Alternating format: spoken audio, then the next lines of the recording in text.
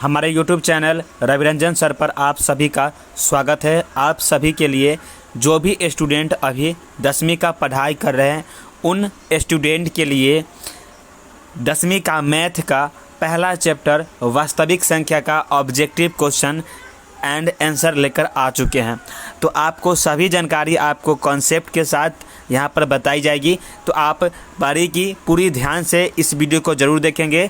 इस वीडियो में 100 objective question को कवर करेंगे और हर क्वेश्चन का डाउट आपको हम क्लियर करेंगे।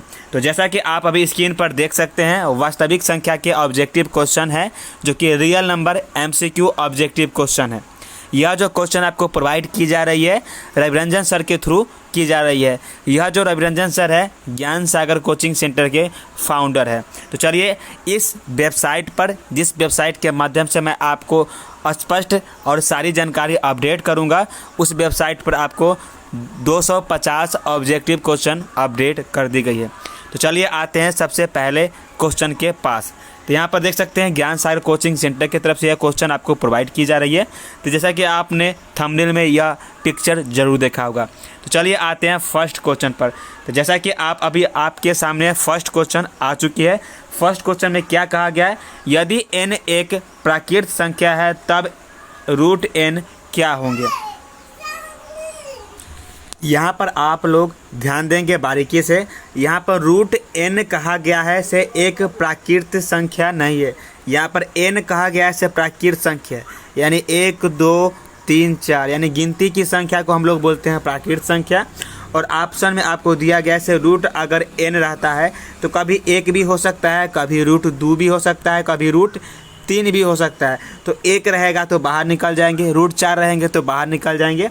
तो इससे हमें ये प्राप्त हुआ से अगर मान लीजिए √3 आता है तो ये आपका प्राकृत संख्या तो नहीं होगी, ये बात आपका गलत हो जाएंगे। कहा जा रहा है ऐसा हमेशा अपरिमेय संख्या होगी, तो ये भी बात गलत है। अगर √4 होते हैं तो √4 का वर्गमूल आसानी से आपका 2 बाहर निकल जाएंगे, तो ये भी आपका अपरिमेय संख्या गलत हो गई। ऑप्शन कह रहा हमेशा परिमेय संख्या आएगी, तो ये भी आपको पॉसिबल नहीं, क्योंकि √3 एक अपरिमेय संख्या है। तो यहाँ पर क्या कह रहा है डी नंबर ऑप्शन में, कभी प्राकृत संख्या हो सकती है या कभी अपरिमेय संख्या। हाँ, तो बिल्कुल ये बात सही है, कभी आपको प्राकृत संख्या आ सकती है आंसर क्या, या कभी रूट में आपको आंसर आ जाएगी। इसके आंसर डी हो जाएंगे राइट आंसर। तो चलिए आपका पहला क्वेश्चन का सोल्व हो चुकी है। अब आगे बढ़ते हैं दूसरे क्वेश्चन पर। दूसरे क्वेश्चन पर कहा गया है निम्नलिखित में से कौन सा कथन सत्य है, यानी कौन सा कथन सही कहा गया है। तो इसमें पहला ऑप्शन दिया गया है 2 अपरिमेय संख्याओं का गुणनफल हमेशा अपरिमेय होती है। तो यहाँ पर आप ध्यान से देखिएगा, √3 एक अपरिमेय संख्या है और √5 भी एक आपका अपरिमेय है। तो दोनों में हम गुना करेंगे तो कितना आएगा, √15 आएगा, जो कि √15 आपका एक अपरिमेय संख्या है। ये बात हो गई। एक और बात आप एग्जाम्पल ऐसे ले लीजिए, बहुत सारे एग्जाम्पल आपको यहाँ पर मिलेंगे। तो √3 हो गए और √3, ये देखिए √3 दोनों आपका अपरिमेय संख्या है, दोनों से गुना करेंगे तो √9 आएगा, और √9 आपका अपरिमेय संख्या नहीं है, क्योंकि √9 बाहर निकल जाता है तो वो परिमेय संख्या है। इसलिए ये बात आपका गलत हुई, हमको सही खोजना है। अगले है एक परिमेय व एक अपरिमेय संख्या का गुणनफल हमेशा अपरिमेय संख्या होती है। तो हाँ दोस्त, ये बात सही है, क्योंकि एक परिमेय संख्या मान लीजिए 5 हो गया, 5 में गुना करेंगे √3 से तो हमारा 5√3 ही आएगा। ऐसा कोई आप ले लीजिए जिसमें अपरिमेय संख्या और परिमेय संख्या का आप गुना कीजिएगा तो हमेशा आपका अपरिमेय संख्या ही आंसर आएगी। तो इसका राइट आंसर हो जाएंगे 2, और सी वाले नहीं हो सकता। क्या बोला है यहाँ पर, 2 अपरिमेय संख्या का जोड़ कभी अपरिमेय नहीं होगा। √3 और √5 आप जोड़िएगा तो अपरिमेय संख्या होगी। तो ये बात आपका बी नंबर सही है, सी नंबर, डी नंबर और ए नंबर आपका गलत है। चलिए अब आगे बढ़ते हैं तीसरे नंबर प्रश्न पर। तो तीसरा नंबर प्रश्न आपके सामने आ चुकी है। इस प्रश्न को अब थोड़ा ध्यान से देखेंगे कि इस प्रश्न को कैसे बनाया जाए। तो यहाँ पर आपको सवाल कह रहा है, यहाँ पर सवाल थोड़ा सा लिखने में मिस्टेक हो गई है। यहाँ पर है x का पावर n दिया हुआ है, ठीक है ना, x का पावर n + 1। तो आपको पूछा गया है x + 1 क्या होंगे।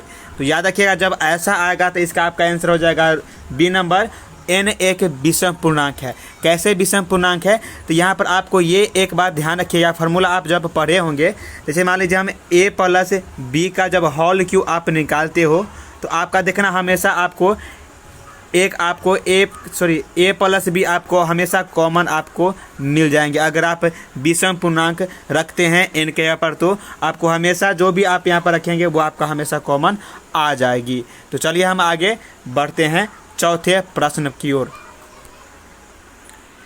तो चौथा प्रश्न में कहा जा रहा कि निम्नलिखित में से कौन अभाज्य संख्या है। तो अभाज्य संख्या वो होता है जो किसी से नहीं करता है, सिर्फ स्वयं और एक के अलावा किसी अन्य से नहीं कटता है। तो देखिए 10 आपका हो जाएंगे भाज्य संख्या, क्योंकि ये 2 से भी कट रहा है और 5 से भी कट रहा है। 21 भी देखिए ये भाज्य संख्या है, क्योंकि 7 और 3 से कट रहा है। केवल आपका 11 ऐसी संख्या है जो 11 से ही कटेगा और 1 से कटेगा, इसके अलावा किसी तीसरे से नहीं कटेगा, इसलिए आपका राइट आंसर हो जाएंगे 11 आपका अभाज्य संख्या। चलिए हम आगे 5वें प्रश्न की ओर आगे बढ़ते हैं। तो 5वां प्रश्न में आपको कहा गया है निम्नलिखित में से कौन परमेय संख्या है। तो परमेय संख्या कौन है। देखिए 2 - √3 आपका क्या है, अपरमेय संख्या, तो ये भी आपका नहीं होगा। √5 भी क्या है आपका अपरमेय संख्या।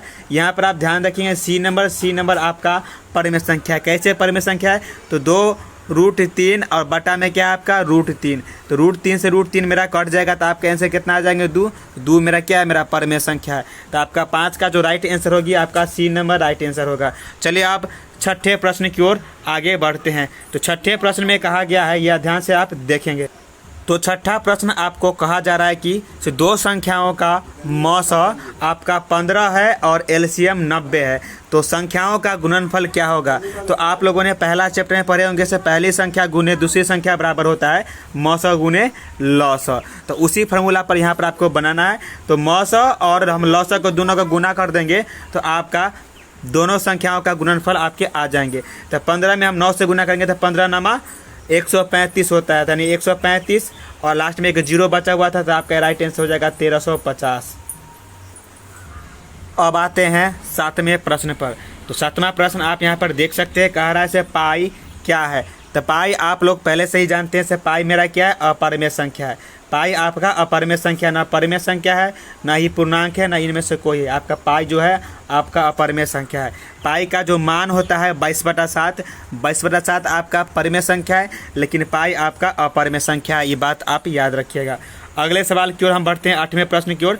तो 8वें प्रश्न में कहा जा रहा है से √7 एक कौन सी संख्या है। तो √7 एक आपका अपरमेय संख्या है। तो अपरमेय संख्या में हम लोग टिक मार देंगे, क्योंकि हम लोग जानते हैं से रूट में जो संख्या रहती है वह प्रायः आपका अपरमेय संख्या होती है। जो रूट से बाहर निकल जाता है वही आपका परमेय संख्या होती है। तो चलिए 9वें प्रश्न की ओर आगे बढ़ते हैं। तो 9वें प्रश्न में कहा गया है से निम्नलिखित में से कौन आपका परमेय संख्या है। तो निम्न से कौन आपका परमेय संख्या, तो ये आपका परमेय संख्या है, ये भी आपका परमेय संख्या है और ये आपका परमेय संख्या है। सी नंबर आपका परमेय संख्या है, क्योंकि आपको सी नंबर में दिया गया 2√2 और बटा में √2। तो √2 से √2 आपका कट जाएगा, तो आपका 2 आ गया परमेय संख्या है, इसलिए इसका सी राइट आंसर है। ये आपका दोनों गलत है, तो सी आपका राइट आंसर है। 10वें प्रश्न की ओर आगे बढ़ते हैं। तो 10वें प्रश्न में कहा गया ये से √5 एक क्या है। तो √5 एक आपका अपरमेय संख्या, क्योंकि परमेय संख्या ये नहीं है, क्योंकि परमेय संख्या रूट में नहीं होता है, प्रायः रूट में होता है, और रूट से होता है तो बाहर निकल जाती है, पूर्णांक तो होगा ही नहीं। तो चलिए हम आगे बढ़ते हैं 11वें प्रश्न की ओर। तो 11वां प्रश्न में कहा गया है से निम्न में से कौन अलग है। तो अलग आपको देखना है, अलग आपको कौन दिखाई दे रहा है। आपको 12 एक आपको दिखाई दे रहा है, ये परमेय संख्या है। 25 भी आपको 12 आपको दिखाई दे रहा है, ये कोई आपका भाज्य संख्या है। 25 भी आपका भाज्य संख्या है और नॉन ऑफ दिस दिया हुआ है, तो नॉन ऑफ दिस इसमें कन्फ्यूज हो जाएंगे आप लोग, तो ये वाला थोड़ा सा मिस्टेक हो गई है, ठीक है। तो आपका राइट आंसर क्या हो जाएगा, बी हो जाएंगे। अगर ऑप्शन देना होगा तो आपको 3 ऑप्शन में देंगे, तीनों ऑप्शन में से कोई एक आपका अलग होना चाहिए, क्योंकि 12 और 25 आपका भाज्य संख्या है, 11 आपका भाज्य संख्या नहीं, क्योंकि 11 आपका अभाज्य संख्या, इसीलिए इसका राइट आंसर बी हो जाएंगे। आगे बढ़ते हैं 12वें प्रश्न की ओर। तो 12वां में कहा गया है से एक संख्या है, तो यहाँ पर कोई संख्या नहीं दी गई, यहाँ पर संख्या आपको √3 है, ठीक है ना। तो पूछा गया जा रहा है से √3 आपका कौन सी संख्या है। तो √3 आपका अपरमेय संख्या है। आगे बढ़ते हैं यहाँ पर 13वें प्रश्न की ओर आप देखेंगे। तो कह रहा है 3 + 2√5। तो अभी हम आपको बताएं से परमेय संख्या और अपरमेय संख्या को जो आप जोड़िएगा तो हमेशा आपको अपरमेय संख्या ही आएगी, तो राइट आंसर आपका ए नंबर हो जाएंगे। आगे बढ़ते हैं 14वें सवाल की ओर। तो 14वां पर कहा जा रहा है ये से x² - 5x और +4 का जब x का मान आप निकालिएगा इस गुणनखंड विधि से, तो x का मान क्या आएंगे? तो जब इसका x का मान आप निकालिएगा तो x का मान आपके आएंगे यहाँ पर पूर्णांक आपके आ जाएंगे x का मान, तो इसलिए राइट आंसर आपका हो जाएगा पूर्णांक हो जाएगा। आगे 15वें सवाल की ओर आगे बढ़ते हैं। तो 15वें सवाल में कहा गया है से निम्नलिखित में से कौन अभाज्य संख्या है? तो अभाज्य संख्या कौन है जो किसी से नहीं करता है? तो 15 कट जाएंगे, 12 भी कट जाएंगे, 75 भी कट जाएंगे, लेकिन आपका 23 नहीं कटेगा। तो राइट आंसर आपका हो जाएगा 23 हो जाएगा, राइट आंसर डी नंबर। आगे बढ़ते हैं 16वें सवाल की ओर। तो 16वें सवाल में अभी जस्ट आपको हम बताए थे दो संख्याओं का मौसा 25 दिया हुआ है और लौसा 50 दिया हुआ है। तो बोला संख्याओं का गुणनफल क्या होगा? तो दोनों का आपको गुना कर देना है। तो 25 पचे 125 और लास्ट में एगो 0 बचा हुआ है, तो राइट आंसर हो जाएगा 1225। आगे बढ़ते हैं 17 नंबर सवाल पर। तो 17 नंबर सवाल में कहा गया है निम्न में से कौन अपरिमेय संख्या नहीं है? तो अपरिमेय संख्या नहीं कहने का मतलब परिमेय संख्या होना चाहिए। तो परिमेय संख्या कौन है? तो परिमेय संख्या आपको सी नंबर राइट है, जो कि आगे आपको बताए थे 2√2 और बटा में √2। तो √2 से √2 आपका कट जाएगा, तो बचेगा आपका 2 ही बचेगी। तो राइट आंसर आपका 2 परिमेय संख्या आपको हो जाएंगे सी नंबर, अपरिमेय संख्या ये नहीं है। आगे बढ़ते हैं अगला सवाल में आपको कहा गया 18वां नंबर सवाल में, ध्यान से आप लोग एक बार पढ़िएगा।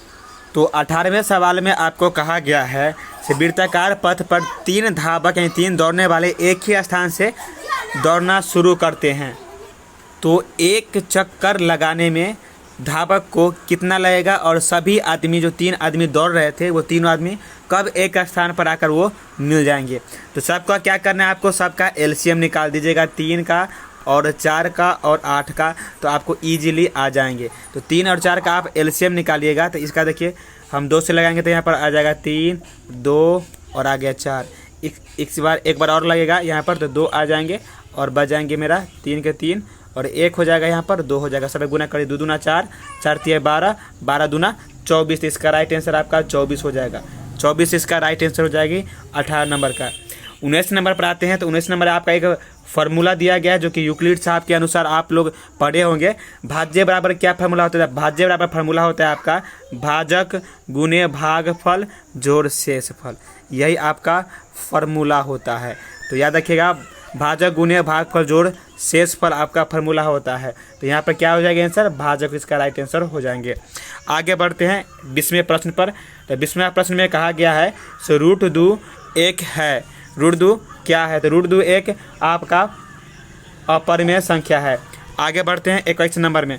तो 21 नंबर सवाल में कहा गया निम्नलिखित में से कौन अभाज्य संख्या है?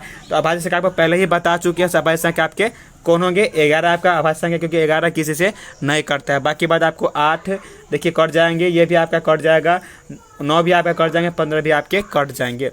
आगे बढ़ते हैं 625 के अभाज्य गुणनखंड में आपको 5 का घात आपको चेक करना है। 5 का घात कितना आता है? तो चलिए हम लोग निकालते हैं 625 का अभाज्य गुणनखंड। तो निकालिएगा कितना आएगा? 2 से लगाएंगे तो 2 से नहीं लगेगा, ये 5 से लगेगा। तो 5 से लगाएंगे तो कितना आएगा? 125 आएगा। फिर 5 से लगाएंगे तो कितना आ जाएगा? 25। और फिर 5 से लगाएंगे तो 5, और फिर लगाएंगे 5 आ जाएगा। देखिए 5 क्या, 1 गो 2 गो 3 गो 4 गो 5 है, इसके से कितना हो जाएगा? 4। इसका राइट आंसर हो जाएगा डी नंबर। आगे बढ़ते हैं निम्नलिखित में से कौन परिमेय संख्या है? तो परिमेय संख्या आपका कौन हो जाएगा? सी नंबर, जो कि आगे आपको हम एक्सप्लेन कर दिए थे। 24वें पर सवाल पर आते हैं। कहा गया है परिमेय संख्या और अपरिमेय संख्या का गुणनफल क्या होता है? तो आपको पहले ही हम बता चुके हैं परिमेय संख्या और अपरिमेय संख्या गुना जब हम करेंगे तो हमेशा आपका अपरिमेय संख्या आगे, जैसे 2√5, जैसे 3√5। तो देखिए 2 ये आपका 3 हो गया परिमेय संख्या, √5 हो गया अपरिमेय संख्या। तो दोनों का गुना करिएगा तो आपका हमेशा अपरिमेय संख्या ही बन जाएंगे। आगे आते हैं 25वें सवाल पर। तो 25वां सवाल में आते हैं। तो देखिए यहाँ 25वां सवाल में आपको क्या कहा गया है? तो 25वां सवाल में कहता है 2 परिमेय संख्याओं के बीच कितनी परिमेय संख्याएं हो सकती है? तो 2 परिमेय संख्या के बीच और a+b का आप फार्मूला लगाकर आप अनगिनत निकाल सकते हो। इससे जो निकलेगा आंसर उसका आप a मान का फिर आगे बढ़ा सकते हो। तो धीरे धीरे इसका बहुत सारा निकाल सकता है, यानी अनगिनत इसका राइट आंसर आ सकते हैं। तो इसका आंसर हो जाएगा अनंत। 2 परिमेय संख्या के बीच कितनी परिमेय संख्या होती है? तो अनंत होती है। तो चलिए आज के लिए इतने, क्योंकि वीडियो काफ़ी लंबी हो जाएगी तो आप लोग पूरी वीडियो को नहीं देख पाएंगे। तो इस वीडियो में आपको टोटल 25 ही क्वेश्चन आपको सोल्व किए गए हैं। आपको टोटल 250 क्वेश्चन आपको सोल्व करके बताए जाएंगे और 250 क्वेश्चन आपको एक ही चैप्टर से मिल जाएगी।